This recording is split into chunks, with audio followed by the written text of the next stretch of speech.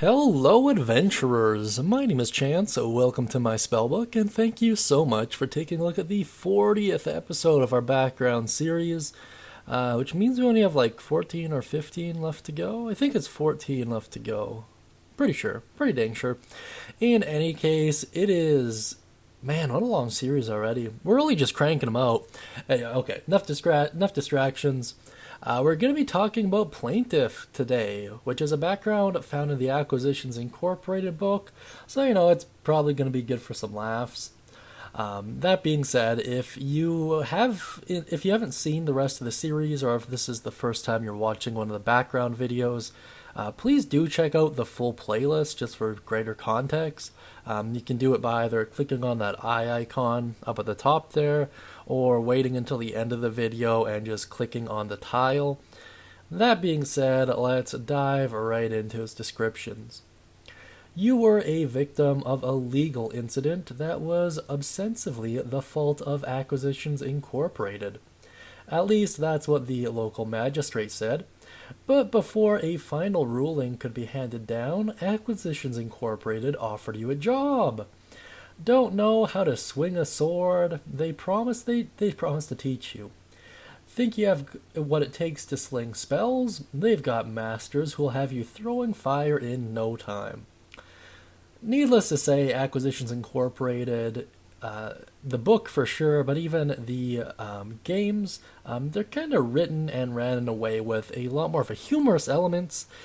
Sadly, my voice is shot as heck right now, and I can't really use a ton of inflection, so I do apologize for that. I've been doing quite a few of these videos.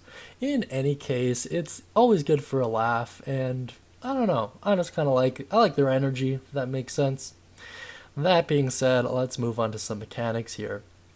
Under skill proficiencies, you have medicine and persuasion, both of which are incredibly useful. Under tool proficiency, you have one type of artisan's tools.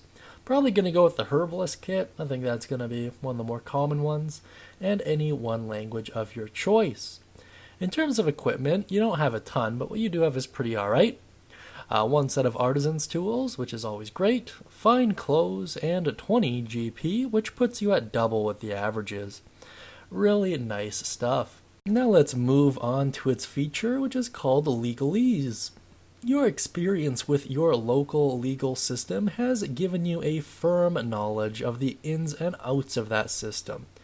Even when the law is not on your side, you can use complex terms.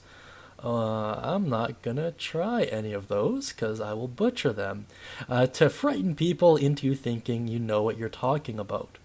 With common folk who don't know any better, you might be able to intimidate or deceive to get special treatment. This is really interesting, and this is one I do like. If you are planning on taking this background, I would recommend understanding the pronunciation of a couple of these words, just to really sell the point home. This is one of those background features that is, to some degree, based off of the player's role-playing skills, in addition to whatever roles they make, so it is really cool, gives you a lot to work with, and is likely to lead you to some rather interesting scenarios. In any case, let's move on to some suggested characteristics here. For the personality trait, I went with, I have always tried to make the best of a bad situation. Under ideal, I went with justice. Those who break the law need to answer for their crimes, and this will tip you towards the lawful direction. Bond, my parents worry about me, but I'll make them proud. And flaw, 3 magic beans for just 1 cow? What a deal!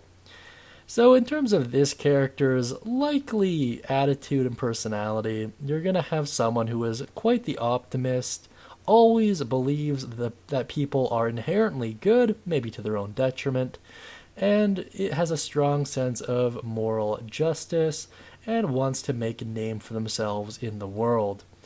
Overall, really neat, very interesting, and gives you a lot of different directions, not to mention the fact that you have parents in the first place make you a, no doubt, standout amongst your current adventuring party. Really cool stuff. Now let's dive into my personal thoughts. I'm a huge fan of almost everything from the Acq Inc. book.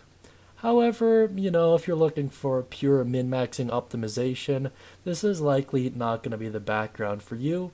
Its mechanics are quite strong, but its feature is sadly lacking relative to a lot of the backgrounds. The Ravnican backgrounds in particular would hardly hold a candle to this.